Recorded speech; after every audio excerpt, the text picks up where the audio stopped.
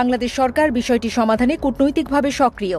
পররাষ্ট্রমন্ত্রী ইতিমধ্যেই ইরানের উপপররাষ্ট্রমন্ত্রীর সঙ্গে বৈঠক করে জাহাজটির নিরাপদ যাত্রা নিশ্চিত করার অনুরোধ জানিয়েছেন। একাধিক পর্যায়ে যোগাযোগ চলছে এবং আশাবাদ ব্যক্ত করা হচ্ছে যে দ্রুত সমাধান মিলতে পারে। কিন্তু বাস্তবতা হল, হরমুজ প্রণালী এখন শুধু একটি বাণিজ্যিক পথ নয়, বরং এটি কৌশলগত অস্ত্র। ইরান চাইলে এই পথ নিয়ন্ত্রণ করে বিশ্ব অর্থনীতিতে চাপ সৃষ্টি করতে পারে, আর সেই চাপের ছোট একটি প্রতিফলন দেখা যাচ্ছে বাংলার জয়যাত্রার ঘটনাতে। এই ঘটনায় শুধু একটি জাহাজ নয়, বরং একটি বড় প্রশ্ন সামনে এসেছে: বাংলাদেশের পররাষ্ট্রনীতি কতটা ভারসাম্যপূর্ণ? আন্তর্জাতিক সংকটে অবস্থান নেওয়ার সময় কিভাবে নিজেদের স্বার্থ রক্ষা করা উচিত? মধ্যপ্রাচ্যের উত্তপ্ত আকাশের নিচে আরব সাগরের ঢেউ পেরিয়ে এক বাংলাদেশি জাহাজ দাঁড়িয়ে আছে অপেক্ষায়। নাম তার বাংলার জয়যাত্রা।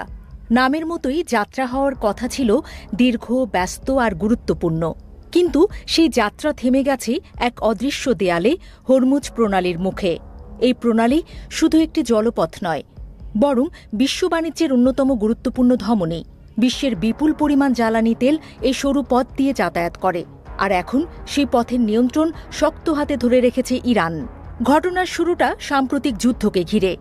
যুক্তরাষ্ট্র ও ইসরায়েলের সঙ্গে সংঘাতের পর মধ্যপ্রাচ্যের পরিস্থিতি হঠাৎ করেই বদলে যায়। নিরাপত্তার অজুহাতে হরমুজ প্রণালীতে কড়াকড়ি আরোপ করে ইরান। ফলে যে কোনো জাহাজকে এই পথ পার হতে হলে ইরানের অনুমতি লাগছে, আর সেখানেই আটকে গেছে বাংলার জয়যাত্রা। ৩৭,০০০ টন সার বোঝাই এই জাহাজটির গন্তব্য ছিল দক্ষিণ আফ্রিকার কেপটাউন ও ডারবান। কিন্তু এখন এটি সংযুক্ত আরব আমিরাতের কাছাকাছি সমুদ্রে নোঙর করে আছে। ২ দফা চেষ্টা করেও হরমুজ প্রণালী পার হওয়ার অনুমতি পায়নি জাহাজটি। ইরানি নৌবাহিনী স্পষ্ট জানিয়ে দিয়েছে, অনুমতি ছাড়া কোনো অগ্রগতি সম্ভব নয়। বাংলাদেশ শিপিং কর্পোরেশনের মালিকানাধীন এই জাহাজটি একটি বিদেশি প্রতিষ্ঠানের মাধ্যমে পরিচালিত হলেও এর নাবিকরা সবাই বাংলাদেশি। তাদের প্রতিদিন কাটছে অনিশ্চয়তায়। কখন অনুমতি মিলবে, আদৌ মিলবে কিনা, এই প্রশ্নই এখন সবচেয়ে বড়। তবে শুধু নিরাপত্তা বা যুদ্ধ পরিস্থিতিই নয়, এর পেছনে রয়েছে কূটনৈতিক টানাপোড়েনও। ঢাকার কূটনৈতিক মহলে এখন যে ব্যাখ্যাটি বেশি শোনা যাচ্ছে তা হল, বাংলাদেশ সরকারের কিছু সাম্প্রতিক অবস্থান ইরানকে ক্ষুব্ধ করেছে। যুদ্ধের পর বাংলাদেশ যে বিবৃতি দিয়েছিল, সেখানে ইরানের পাল্টা হামলার সমালোচনা করা হলেও যুক্তরাষ্ট্র বা ইসরায়েলের নাম উল্লেখ করা হয়নি।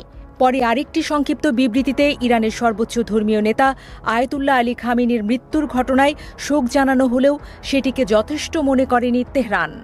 ইরানের দৃষ্টিতে বাংলাদেশ স্পষ্টভাবে তাদের পক্ষে অবস্থান নেয়নি, বরং একটি দ্ব্যর্থক অবস্থান নিয়েছে। আর সেই অসন্তোষই এখন বাস্তব প্রভাব ফেলছে সমুদ্রপথে। ঢাকায় নিযুক্ত ইরানের রাষ্ট্রদূত প্রকাশ্যে এই অসন্তোষের কথা জানিয়েছেন। তিনি বলেছেন, বাংলাদেশের বিবৃতি ইরানের প্রত্যাশা পূরণ করতে পারেনি।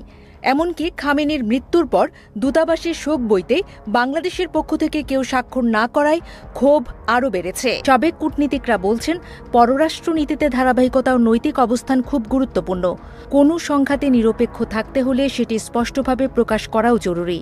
না হলে ভুল বার্তা যেতে পারে, যা পরবর্তীতে কূটনৈতিক সম্পর্ককে প্রভাবিত করে।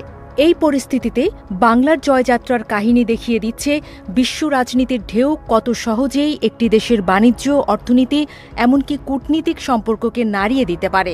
তাই সমুদ্রের মাঝখানে দাঁড়িয়ে থাকা জাহাজটির এই অপেক্ষা কেবল অনুমতির জন্য নয়, বরং দুই দেশের মধ্যে বোঝাপড়ার নতুন পথ খোলার জন্যও।